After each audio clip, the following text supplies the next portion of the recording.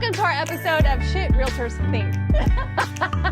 We intend this episode and this series potentially to be things that we see realtors chatter about, things that they think that might be just not really accurate. And this is realtors talking to realtors to help you be better. Including this is ourselves. Not meant to be demeaning at all. No. We're not listing anybody's name. This is real chatter. Yeah. These are the things that investors get frustrated about when working with realtors. And don't worry, we'll do one about shit investors think too. Yeah, so we're equal playing ground. So to get us started on Maverick Minded Realtors, we are here to just bring the realities of our industry to you in comedic and informative ways. I'm Casey. I'm a realtor, investor as well. And I'm Jer'leigh, and I am a broker, realtor, investor as well. So yes, so we have lots of knowledge and chatter for you. So we're going to just kind of go through a few that we saw this week.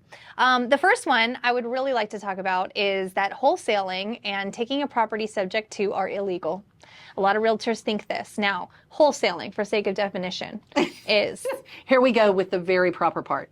For sake of definition and clarity, is if you are an investor, a lot of times you will contract a property with the seller and you might not be the one that actually brings the cash to close that property. It is legal for you to assign your rights in the contract to a different person. Now, your that new end buyer is assuming all of the terms that you put in place with that seller unconditionally. That is what wholesaling is, and it is legal per absolutely legal. Texas Occupations Code Section 1101.0045. This is as serious as we get in this Quote, episode. Individuals can acquire an equity interest or option in a real estate contract and sell or assign that option contract. Now, when you assign a contract, it means that you're assigning your rights, not your obligations. So if your end buyer falls through, you're still obligated, but that's not what we're here to discuss. We are here to discuss the legality of it. It's legal. I'm pretty sure Legal 1 and 2, which we are required as realtors to take every 2 years, actually has a section on this. They talk about it, and it is there. You're just a little tired and you're not paying attention. Yeah. But it is legal. You can do it. It is not predatory.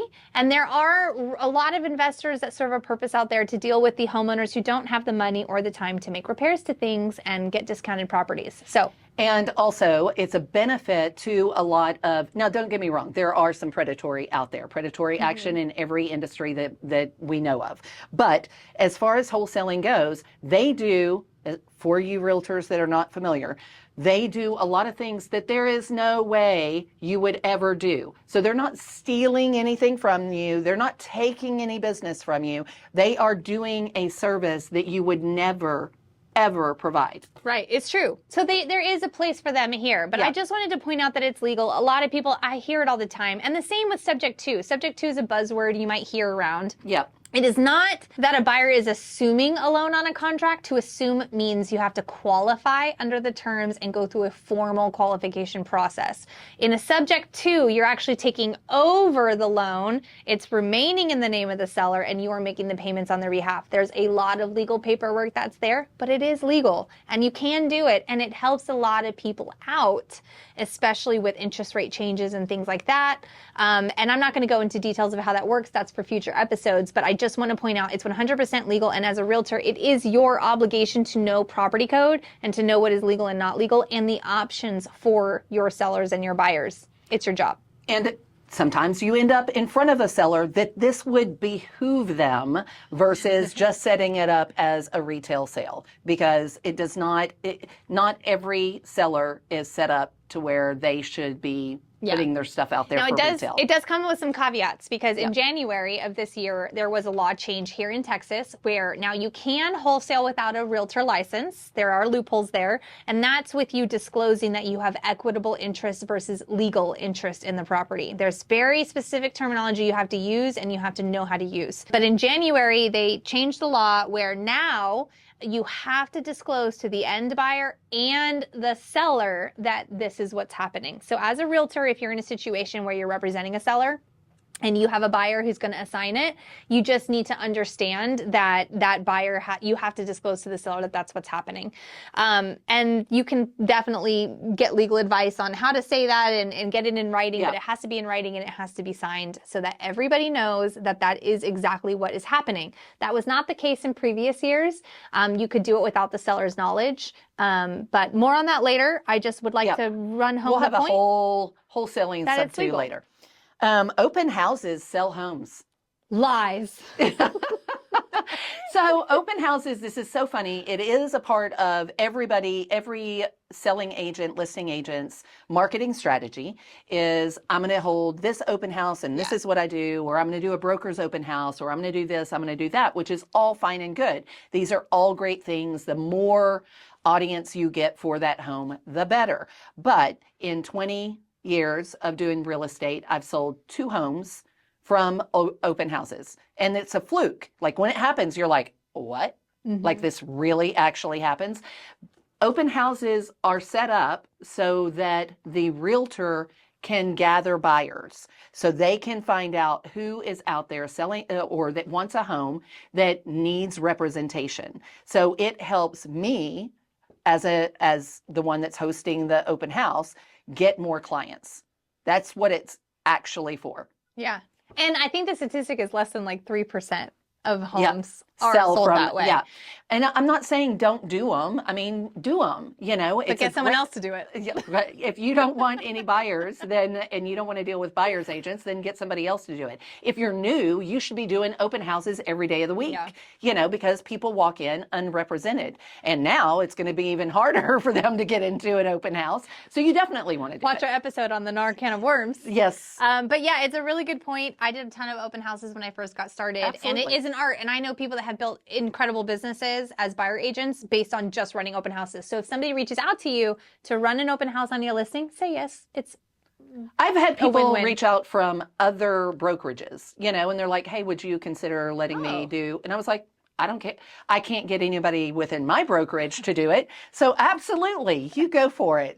Sell that house. That's a good one. But I've had to actually convince clients. They would ask me, are you holding an open house? And I was like, oh, no, I'm not going to do that. I'm kidding. It could be good. And if it appeases them, but just make sure you educate your seller that isn't really what's going to get it sold. It's going to be your marketing efforts and your calling and your reverse prospecting. There's a lot of more efficient ways to sell a house. I just think that they really got that traction pre-internet. I mean, yes, pre-internet, then people were like, oh, open house. How many years are we house? Post-internet? Yeah, right. I was like, I'm sure it was a solid tactic back then. I like that one. Yeah. Number 3. Yeah. This is one that bothers me a little bit, and it's using the price per square foot as comps. I think when you're first getting started, and there's a lot of actually more investors that tend to go this route. And so when they ask me how to comp a house, a lot of times it's price per square footage.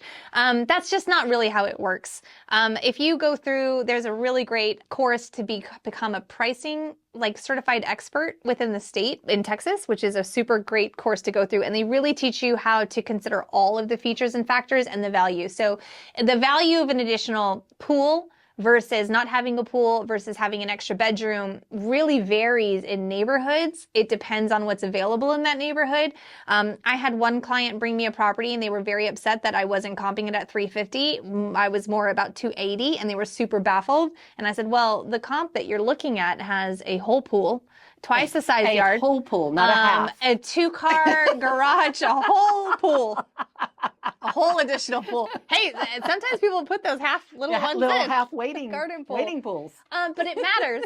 And the value exchange for these things are a huge deal. The square footage that you have versus how many bedrooms are in it versus a larger one with less. All of these things, it's the art of comping versus the science of it. It's a little bit of both. And I think you made a point earlier about if you comp that way, you're going to run into an appraisal issue. You're definitely going to. If you ever get to a point, which now we're kind of getting to that currently because the market has switched, is things having a hard time appraising.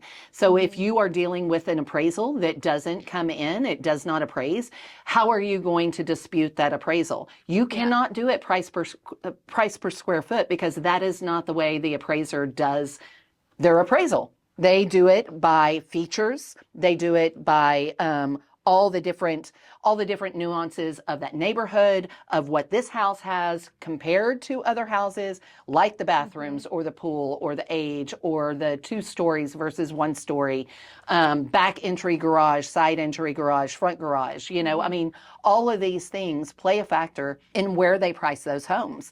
So if all you're doing is price per square foot, it's not going to work. Yeah, definitely. So make sure that you either take a course on comping and make sure that you get all those little details. I think the biggest thing also is find a really great resource for what these features improve the value for. I know Open Doors got some really good studies out there. They do a lot. They're like a data company, and they do a lot of things like a pool, for example, on average is like a 7.3% increase, or about 22,000 that you can add on average. And this is based off of data of houses that have actually sold and how the features made a difference. So the best practice would be to go to the comps and look at what's different and adjust accordingly based on these values. If you don't know how much to adjust for, look up resources like Open Door studies. There's like rebuild costs, things like that.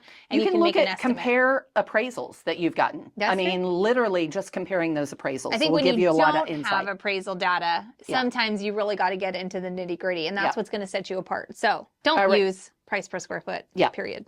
The 4th one is that, is it 4? Yeah, 4. Foreclosure. That foreclosures, trying to buy foreclosures, pre-foreclosures is somehow predatory. Or even list them. Yeah. That somehow that's being predatory. I don't think you understand what these people are going through, because anybody that is familiar with doing foreclosures and trying to get these properties out of foreclosure, it's a help. It's a win-win. And most realtors do not have the skill set to do this. So if you do not have the skill set to help somebody who is about to go into foreclosure, do not take that listing. Find somebody who does. This right here is my biggest pet peeve, because these people are about to lose their house, all of their credit, all of their everything. And the last thing they need is a realtor that tells them, I'll take care of it, and you don't know anything about anything. Yeah, absolutely. There was a really good friend of mine, shout out to McLean Bobbitt, who was talking about a foreclosure situation where the realtor had it listed, and he was trying to take care of the situation as a buyer, but they were demanding a certain commission on top of it. And he was trying to negotiate that out. And I remember him talking about the mentality of the realtor. And he said, are you wanting to help your seller or get paid? And it was very clear that she had wanted to get paid and not helping them. There have been times where I have taken next to no commission, like when listing on those properties. If I know they have enough equity in the house, that's just my personal thing. I understand you don't have to work for free, but the point is that you have to have a skill set and understand how they work, understand all the ways that you can get out of it, that you can't, understand the personality of that person, but know that there is a place for investors to work with you. And quite frankly, if you're listing a foreclosure, chances are there's some title issues or some back fees and whatnot that are going to really play a role in your negotiation. So don't be shy to partner with investors that know this route, that understand how to stop them, buy time, how to do the numbers, understanding the added fees that happen on payoffs due to attorneys and all the other stuff that comes in. The point is, don't take a listing just because someone said you could. You need to understand the nuance of it, and there is a place for everyone there. It's not predatory. It is not predatory. You typically helping people out. And the last one, and we'll make it super, super quick, wrap this up, but title companies. The reason why investors choose certain title companies is because they know exactly how the investor needs to work. I know that a lot of agents out there have their preference with title companies because you have that relationship, you know how they're going to close. We all do. But if you are working with an investor, yeah, definitely. And I think the other side to that is title companies, the role of them, I think is a huge misconception. Keep in mind that they're a neutral third party that is there to serve both sides of the transaction. So if you're wanting them to reach out to your seller to explain things, or for them to clear title issues for the seller, it's not really their job. They might offer to help assistance and help you understand how to clear it in order to get the insurance for the buyer on the property. But things like liens and judgments and all the fun stuff that comes up on title issues, it's not the title company's job. It's actually yours. So if you're a realtor representing a seller that has these issues, that's a skill set that can set you apart from a lot of people, is knowing how to deal with all these different things. And if you're a realtor representing a seller that has a buyer who's an investor who pushes a certain title company, keep in mind that they typically have different fee structures for them because of volume of business, which might benefit both parties. And they might also just be a little bit more helpful in the solving of problems if that comes to be. Just like because, the liens and the issues that certain come title about. companies are. So don't be tied to your title company just because you've done a lot of business and they're the only one you use. Have a diverse network and be able to work with different types of title companies based on your buyer. It's going to go a long way. It's going to mean that buyers are going to want to work with you as an agent as well, and vice versa. So don't be scared to explore that, and just know that title companies are not all equal. And you need to understand that a retail title company versus investment title company is not the same. And Two different worlds. we bring up investors a lot in our podcast because we work with both. And I think there's a huge opportunity for your realtors to get more business with them. And there's a huge opportunity for investors to make more money with realtors as well. So we're here to bridge that gap, kind of dispel some of these myths and things that both sides believe. So stay tuned for shit that investors think. We will. It's a reoccurring episode for sure. Yes, absolutely. Thanks for joining us today on Maverick Minded Realtors. Be sure to like, follow, and subscribe, and drop some comments. Let us know what you think, and if there's some pet peeves of yours that shit realtors think. We'll bring it up next time. Thanks for joining us. Thanks.